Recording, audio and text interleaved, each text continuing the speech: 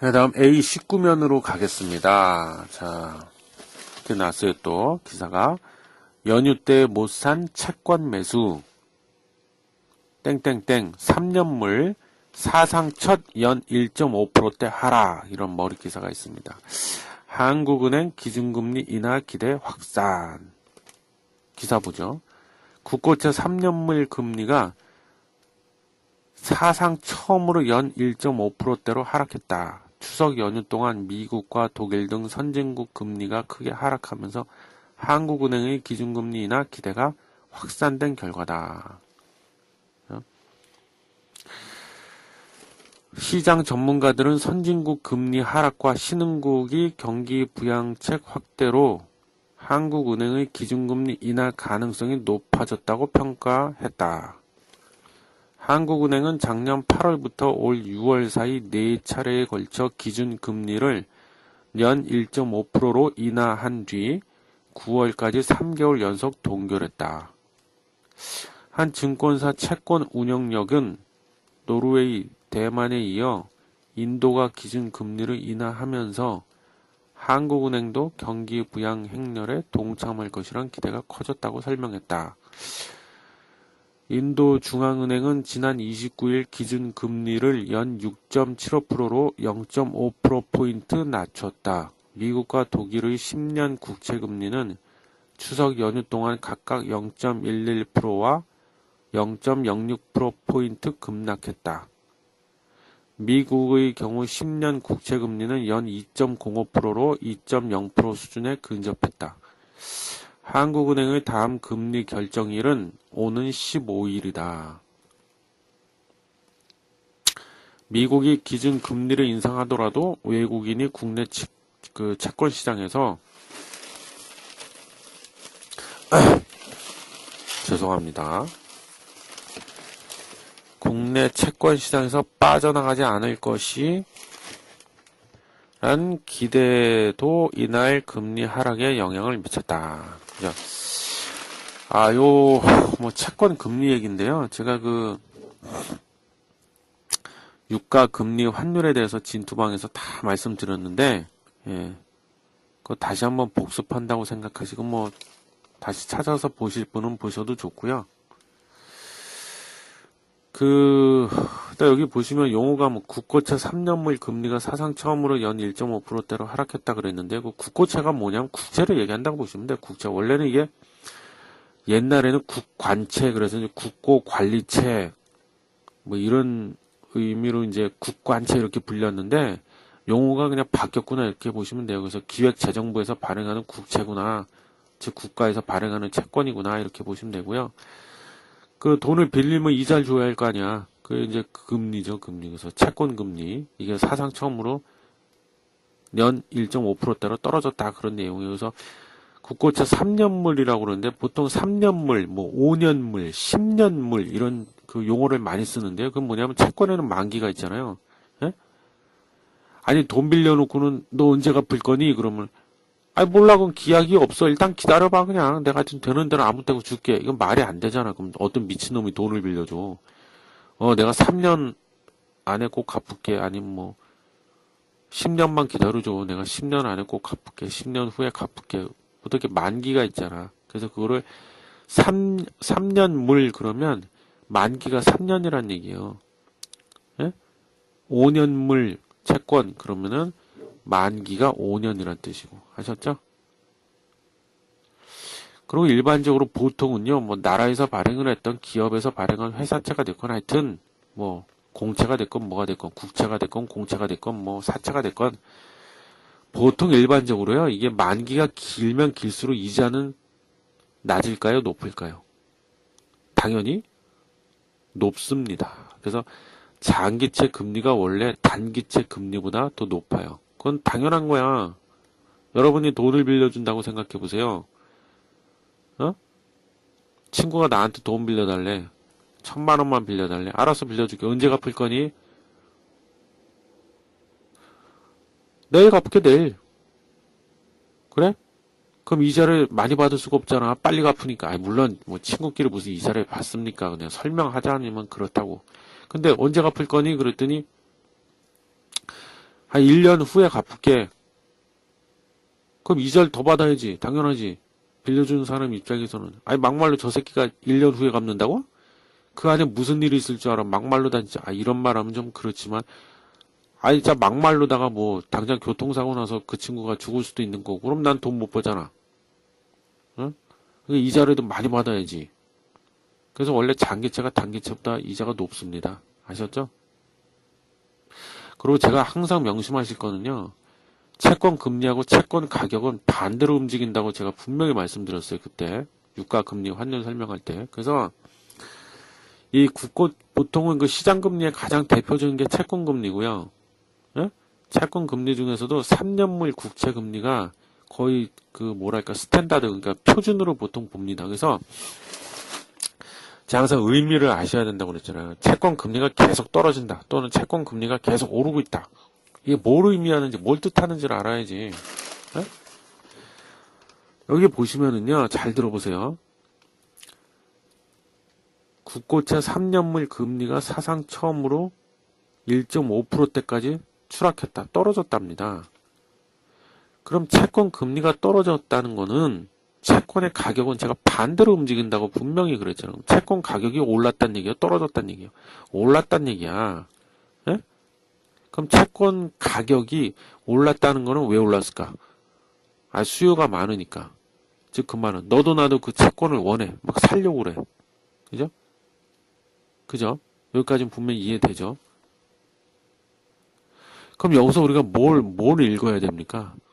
시장 참여자 대부분들은 제가 아까 기사도 읽어드렸지만, 물론 뭐 제가 그것도 몇 번 뭐 말씀드렸지만 언급을 했지만, 요번에 그 자넷 앨런 미국 FRB 의장이 금리를 동결했잖아요. 그죠? 근데 그 전까지는 시장 참여자들 대부분은 어떻게 많이 생각을 했어요. 이번에 아마 올릴 수도 있겠구나, 금리를. 만약에 올릴 수도 있겠다. 근데 만약에 실제로, 근데 물론 동결했지만, 안 올렸지만, 그래서 불안하단 말이야. 그럼 이런 경우 어떻게 돼요? 어? 그럼 이게 불안한데 누가 채권을 사려고 하겠습니까? 그럼 채권 가격이 떨어져요? 올라가요? 떨어지지. 수요가 줄어드니까, 채권 가격이. 그럼 채권 금리는 반대로 움직인다고 그랬잖아요. 올라간단 말이야. 근데 여기는 반대로 지금 사상 처음으로 연 1.5%대까지 떨어졌다는 거야. 그 말은 뭐야? 어? 불안하지 않다는 얘기야. 그럼 왜 불안하지 않을까?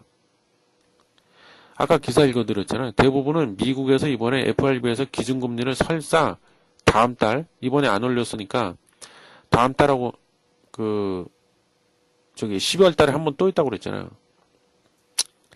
다음 달이나 그 12월 달에 올려도 설사 만에 하나 금리를 올려도 한국 시장에서는 외국인들이 자금을 그렇게 대량으로 빼지 않을 거다. 이런 생각들을 많이 하고 있는 거야, 지금. 그리고 두 번째, 왜 불안하지 않냐? 두 번째. 뭐, 저도 같은 생각이지만 아마 안 올릴 확률이 더 높다. 금리를 미국에서 아마 안 올릴 거다, 아마. 이런 생각들을 많이 하고 있으니까 불안하지가 않은 거야. 그죠?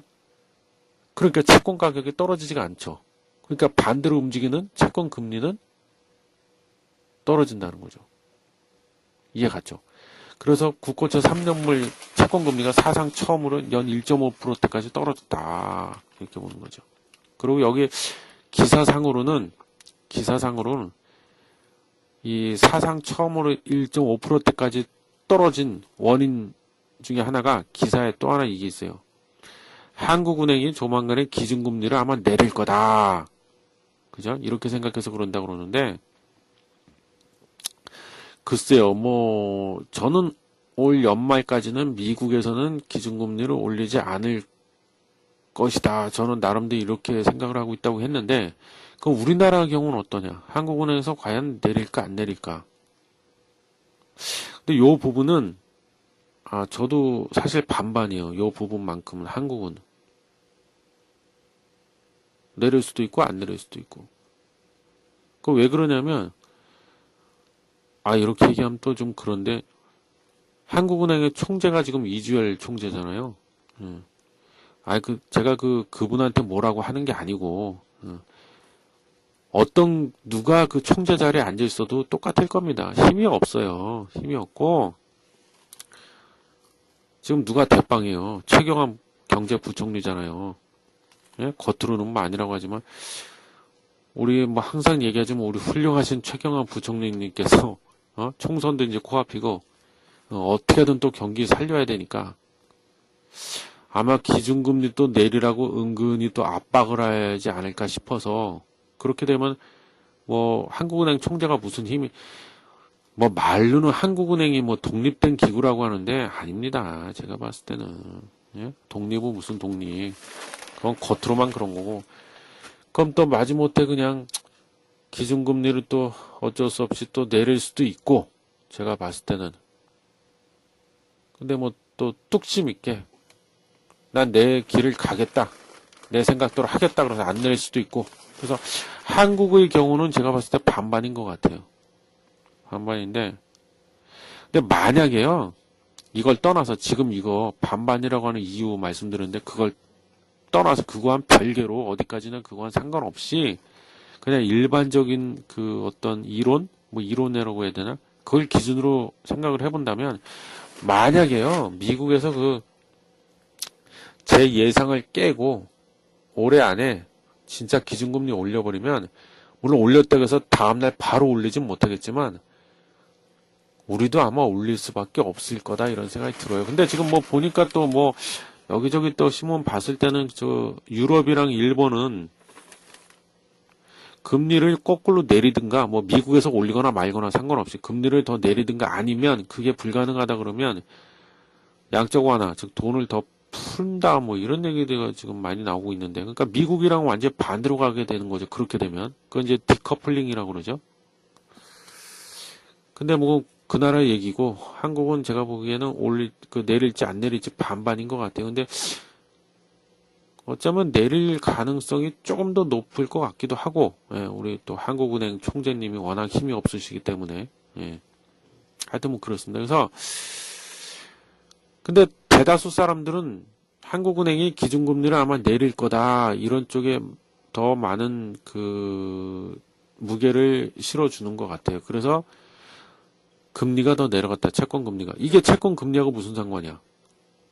상관이 있습니다. 왜냐하면 만약에요. 그 미국에서 정말 이제 기준금리를 올려버리잖아요. 그럼 아마 채권 투매가 나올 겁니다. 투매란 말 아시죠? 일시에 다 내다 판다고. 채권 갖고 있는 사람들이.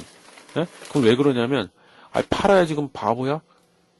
제가 금리하고 채권 가격은 반대로 움직인다고 그랬잖아요. 미국에서 금리 올려버리면 채권 가격은 떨어져야 올라가요. 떨어지니까 그 전에 다 팔아버려야지 그냥. 예? 그죠?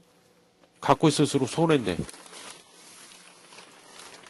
그래서 너도 나도 다 던질 거라는 거예요. 채권 투매가 나올 겁니다. 그럼 채권 가격은 급락이 되겠죠. 그리고 채권 시장에 일대 혼란이 한번 오겠죠. 예. 근데 아직 뭐 투매는 안 나오고 있는데 이번에 동결했죠. FRB에서. 그러니까 뭐 더 투매는 안 나오겠죠. 어쩌면 올해 안에 제가 항상 말씀드렸듯이 올해 안에는 아마 금리 못 올릴 거다. 못 올릴 거야, 미국에서. 이런 생각이 지배적이라면 뭐 채권 가격이 급락할 일은 없겠죠. 예. 그래서 하여튼 뭐 그래요. 그래서 뭐 이런 것들 때문에 예, 국고채 3년물 그 채권 금리가 1.5%대까지 떨어졌다 이런 기사입니다. 근데 글쎄요. 저는 뭐 근데 요거는 그래요. 또 하나 말씀드리고 싶은 게 뭐냐면 만약에요. 정말로 만약에 진짜로 한국은행에서 기준금리를 만약에 또 내린다 그러면 또 타격을 받는 그 업종이라고 해야 되나? 타격을 받는 곳이 어딜까요? 이런 걸 자꾸 생각해 보세요. 그러면서 그림을 그리시라고요. 그래서 맥을 짚으시라고 했잖아요. 어딜까요? 금리 팔아서 먹고 사는 곳이겠죠, 당연히. 금리를 팔아서 먹고 사는데, 기준금리 내린데 기준금리를 내려버렸네? 그럼 뭐야? 제조업으로 비유하자면, 내가 팔고 있는 금리의 그 판매 가격이 떨어진단 말이야. 그죠?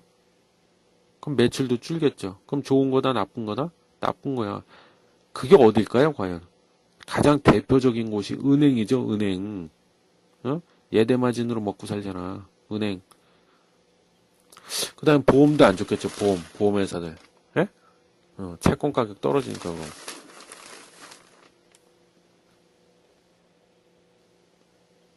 아니죠. 예. 죄송해요. 보험사도 안 좋긴 한데, 보험사가 안 좋은 이유는 그 채권 가격이 떨어져서가 아니라, 채권을 들고 있다 보면 이자를 받아 먹잖아요. 그럼 내가 받을 수 있는 이자가 준단 말이야. 그래서 안 좋은 거야, 보험사들은. 예. 그거 혼동하지 마세요. 그래서 가장 대표적인 게 은행, 그 다음 보험. 그래서 이렇게 되면 은행주들의 주가는 올라갈까요? 내려갈까요? 내려가겠지. 그죠? 예. 그 은행주 사면 돼요, 안 돼요? 이것만 놓고 봤을 때는. 사면 바보지. 뭐 또 저가 매수라고? 또 뭐 낙폭 과대주? 예. 아니에요. 예. 그런 건 아무데나 갖다 붙이는 거 아닙니다. 예. 그래서 그 채권 투자하는 데 있어서 항상 그 포인트 핵심은 채권 금리를 예의주시하고 민감하게 보셔야 됩니다. 내가 뭐 채권형 펀드에 들어도 마찬가지. 그죠? 채권 거래를 통해서 수익을 내려면 채권 금리가 뭐야? 이자율을 얘기하는 거죠. 이자율. 몇 프로 이자 줄 건데 이런 이자율. 예? 그게 포인트예요. 채권 금리가 오르느냐 내리느냐에 따라서 내가 채권 거래를 통해서 수익을 낼 수도 있고 반대로 손해를 볼 수도 있다는 거예요. 그죠? 그래서 채권형 펀드에 가입하는 것도 마찬가지죠. 채권형 펀드라고 해서 물론 100%다 채권에만 투자하진 않아요. 가장 많은 비중을 차지하는 게 채권 쪽이니까 이제 채권형 펀드 이렇게 얘기하는데, 그럼 내가 채권형 펀드를 지금 가입해야 돼 말아야 돼 그거 판단할 때도 이 금리의 움직임을 잘 보고 판단하셔야겠죠. 예? 예, 그래서 일단 뭐, 예, 요 기사는 여기까지 하겠습니다.